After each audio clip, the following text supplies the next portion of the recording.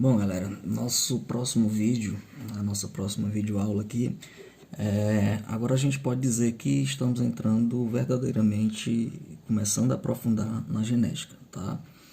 Então nós vamos partir para fazer alguns exemplos e resolver algumas questões que envolvem realmente a genética. E para isso a gente precisa estudar o pai da genética, né? Que é Gregor Mendel, né? Um monge que estudou bastante, conhecia bastante, e que até hoje os seus postulados, seus estudos prevalecem e constituem a base da genética, né? Nós temos a primeira lei de Mendel, né, e temos a segunda lei de Mendel. São dois estudos bastante utilizados na atualidade e que vale muito a gente abordar aqui na nossa videoaula. Então a parada é o seguinte. Eu começo pelo enunciado da primeira lei de Mendel, né? Alguns professores costumam descrever a história, falar sobre os experimentos para depois construir o enunciado. Eu começo pelo enunciado. O que diz a primeira lei de Mendel? A primeira lei de Mendel, ou também conhecida como lei da segregação dos fatores, aí a gente vai ver aqui por que é a segregação dos fatores e o que são esses fatores, tá? A primeira lei de Mendel, ela diz o seguinte: cada característica ela é condicionada por um par de fatores. E aqui eu já já ressalto para vocês que é extremamente importante você pegar aqui esse par de fatores, né? Eu vou grifar aqui o par de fatores, porque Mendel utilizava essa denominação de par de fatores porque ele não tinha os conhecimentos aprofundados de genética, não se tinha ainda estudos e não se conhecia a molécula de DNA. Então, como ele não conhecia o DNA, a estrutura do DNA, basicamente ele estava estudando a transmissibilidade das características hereditárias, como que esse mecanismo ocorria, tá? E não tinha conhecimento de genética, já que a estrutura da molécula de DNA ela foi ser descoberta em 1953, como eu já abordei com vocês. Então ele não tinha conhecimento de genes, de outras estruturas. De antemão, eu já posso antecipar para vocês que esse par de fatores, hoje, eu posso chamar isso aqui de genes. Então eu posso ler a primeira lei de Mendel dizendo o seguinte: cada característica é condicionada por um par de genes. Então você tem, e que características são essas? Ora, nós estamos estudando genética, nós estamos estudando características hereditárias. Eu já falei, já dei exemplos. Características hereditárias são aquelas características que você herda dos seus progenitores, dos seus pais, dos seus avós, dos seus bisavós, tá? São a sua altura, a cor da pele, o seu tipo sanguíneo.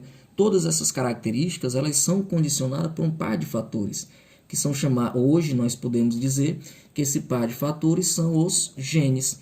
Então te liga aqui na parada, gato. Ó, você tem aqui o seguinte: esse enunciado ele é a base, você deve reproduzir, decorar, aprender, rabiscar. Escreva esse enunciado na parede do seu quarto, né? Seu pai acabou de reformar a casa, pintou, tá lá branquinha, bonitinha. Escreva esse enunciado na parede do quarto, né? Você vai levar uma pizza e nunca mais vai esquecer do enunciado. Então você escreva ele lá de carvão. Cada característica é condicionada por um par de fatores que se separam, né? Que separam-se na formação dos gametas.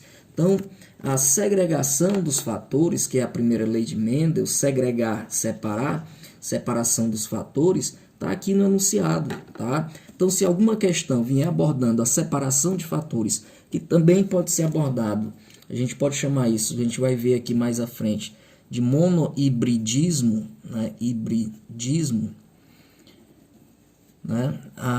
Também está se referindo à primeira lei de Mendel, tá certo? Também está se referindo à primeira lei de Mendel. Então, qualquer questão que aborde monohibridismo, segregação par de fatores, isso é a primeira lei de Mendel. Então, cada característica é condicionada, repito, é importante, por um par de fatores que se separam na formação dos gametas, nos quais são puros. Então, os gametas, professor, quem são os gametas? Bebezinho, aí também já é demais. Os gametas são quem? Nós temos os gametas masculinos, uma bolinha com um pauzinho levantado, e um gameta feminino, uma bolinha com um pingalinho de pendurar. Você tem aqui os dois gametas, quem é o masculino? Espermatozoide, né? Espermatozoide, e o feminino, o óvulo. Isso eu estou me referindo aos animais, tá? A espécie humana. Nas plantas também tem os gametas, masculino e feminino. Tem lá os núcleos espermáticos nas angiospermas e tem lá a osfera, né, dentro do óvulo da planta feminina, da flor. Então, os gametas, eles se separam, né? Os fatores se separam, né? Lembra que eu já falei para vocês que nós temos quantos cromossomos? Se a gente for recapitular a primeira lei de Mendel, tem tudo a ver com os cromossomos. Lembra que eu disse para você que nós temos quantos pares de cromossomos? Nós temos 23 pares de cromossomos. Ah, professor, estou ligado. Tem o 23º par de cromossomos, que são os cromossomos sexuais, tá? Que não tem nada a ver com sexo, relação sexual. Mas nós temos os 22 outros pares de cromossomos, que são chamados de autossomos, tá? São os autossomos, beleza? Então, nós temos aqui um total de 46 cromossomos, não é isso? Então, te liga na parada. Se eu tenho 46 cromossomos, quando vai formar o gameta, espermatozoide, por exemplo, não vai os 46. Eu só vou ter no espermatozoide 23 cromossomos, tá? No óvulo, eu só vou ter 23 cromossomos.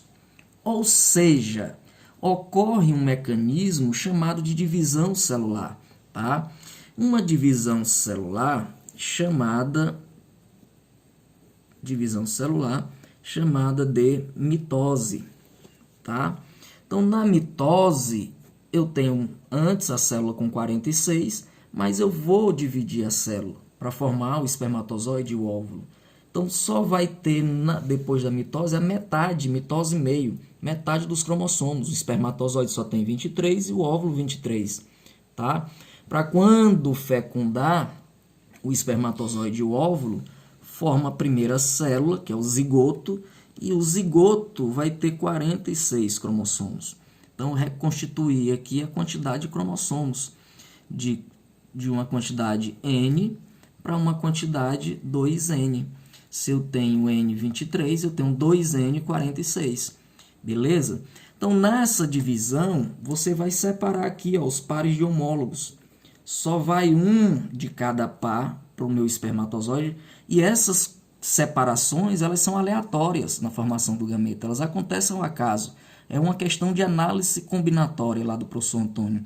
Você tem aqui o primeiro par de cromossomos, de homólogos, pode vir junto com o primeiro do segundo, com o segundo do terceiro, com o primeiro do quarto, com o segundo do quinto, e assim são várias combinações. O segundo do primeiro par pode vir com o primeiro do segundo, com o segundo do terceiro, e assim sucessivamente. Então, essa separação, Mendel, embora não conhecesse, mas ele observou nas suas experiências e ele viu que os fatores se separavam. Então, nós sabemos que como ocorre a divisão para reduzir o número de 46 cromossomos para apenas 23 nos gametas masculino e feminino, esses números de cromossomos eles têm que se separar em algum momento, tá? Essa separação, e se os genes estão nos cromossomos, obviamente, os pares de genes vão se separar. Se eu tenho esse indivíduo, vamos pegar, suponhamos que esse indivíduo aqui, do primeiro par de cromossomos, ele tem um gene azão no primeiro cromossomo e um gene azinho no segundo cromossomo.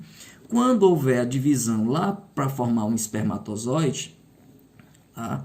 Para formar aqui um espermatozoide, esse espermatozoide não vai receber os dois genes. Ou ele recebe um cromossomo azão, ou ele recebe um cromossomo azinho, tá? Ele não vai receber, vai haver a separação e as combinações são ao acaso. Então, é basicamente o que a gente vai ver aqui na primeira lei de Mendel, e a gente vai ver com um experimento mais à frente. Então, vejam só, no final aqui eu volto para o enunciado para a gente ver como a gente compreendeu bacaninha. Nós temos aqui, rapaz, eu posso até utilizar uma outra folha para fazer esses rabiscos, né? Não tinha problema nenhum. nós temos aqui Gregor Mendel, né, que é o pai da genética. Então, ele foi bem sucedido devido a algumas características que ele observou. Primeiro, Mendel ele estudou ervilhas. Né? Por que ele escolheu ervilhas? Ele era um naturalista, gostava de pesquisar, de estudar. Né? E queria descobrir como que acontecia a hereditariabilidade. É esse negócio aí. Então ele observou que as ervilhas, elas primeiro tinham um ciclo de vida curto, né? Ciclo de vida curto, ou seja, ele podia avaliar várias gerações, cruzar uma com a outra e ter vários em pouco tempo, ele teria o resultado rápido. Se ele fosse fazer experiência com um elefante, que aí não dava para pegar um elefanto com uma elefanta, cruzar os dois e esperar nascer um filhote. Aí, meu irmão, ele já tinha morrido no primeiro cruzamento, né? Então ele escolheu uma planta por ter um ciclo de vida bem curto, ele conseguia ver as gerações seguintes, fazendo seus cruzamentos. Né? Lembrando que essa questão de cruzamento de espécies, ela já vem dos nossos antepassados. Né? O cachorro, que é doméstico hoje, que antes era de outra espécie, foi domesticado, o cavalo, a vaca, o arroz que a gente come hoje, muitas das espécies que nós nos alimentamos hoje, elas foram domesticadas, foram modificadas, fazendo cruzamentos, só observando as características externas, fenotípicas. As características das ervilhas eram distintas, ou seja, elas são plantas ou era alta ou era baixa, não tinha meio termo. Ou era de semente lisa ou era semente rugosa, não tinha meio termo. Ou era verde ou era amarela, dava para distinguir. Então ele conseguia distinguir, separar uma que nascia das outras e contar e fazer os seus cálculos. Né? E outra coisa que ele se sobressaiu em relação aos outros foi que ele estudou uma característica de cada vez. Ele não pegou várias características e anotava tudo, gerava muita informação. Então ele pegou só uma característica. Por exemplo, vamos estudar aqui a forma da semente. E aí ele via só se nascia lisa e rugosa e descartava as outras características, alta, baixa, semente, a posição da flor axial, tá? ou outra posição. Então ele teve essa vantagem em Mendel. Mas vamos lá. Nós temos aqui, né, os experimentos. Vamos fazer um experimento aqui, reproduzindo como foi que foi feita as pesquisas de Mendel. Nós temos, Mendel utilizou sementes da forma da semente. A característica que ele utilizou aqui é a forma da semente, pode ser lisa ou rugosa, tá? Ele pegou plantas de semente lisa e, observando a outra característica, que era rugosa, e fez os cruzamentos. Eu tenho aqui a primeira geração, que eu vou chamar de geração P. Esse P aqui, pessoal, é de parental, pais, tá? Geração parental. Então você tem sementes lisas, né, com sementes rugosas. Detalhe, tá? Plantas puras. Observe o detalhe. Essas plantas eram puras. Como que eles sabiam que as plantas eram puras, professor? Só tinha característica de rugosa ou característica de lisa. Ele fazia várias autofecundações. Pegava as plantas de semente lisa e autofecundava essa planta. Pegava o próprio pólen e fecundava a própria parte, botava na própria parte feminina da planta, da mesma planta, fazendo uma autofecundação.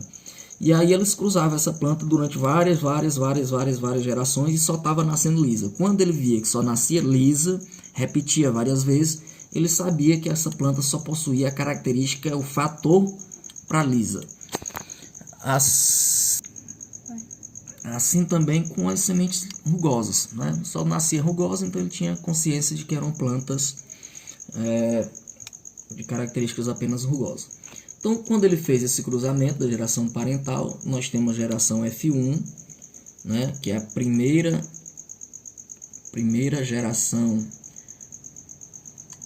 filial, né, F1, e ele observou que nasceu 100% das plantas lisas, né, misturou a lisa com rugosa e só nasceu lisa. Então ele ficou impressionado. Como e o que aconteceu com o fator rugoso, né? Para onde ele foi? Ele desapareceu? Então ele fez aqui na sua geração F1 a autofecundação novamente.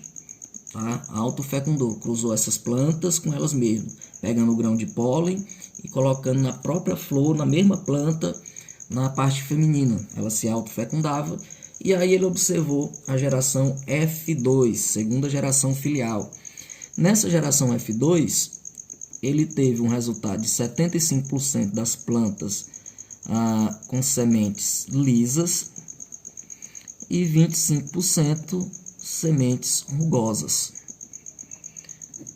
E com isso, e aí ele repetia várias vezes e sempre dava essa proporção, que é uma proporção de 3 lisas para 1 rugosa.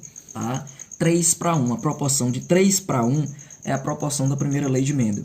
Então, o que Mendel observou? O que ele disse?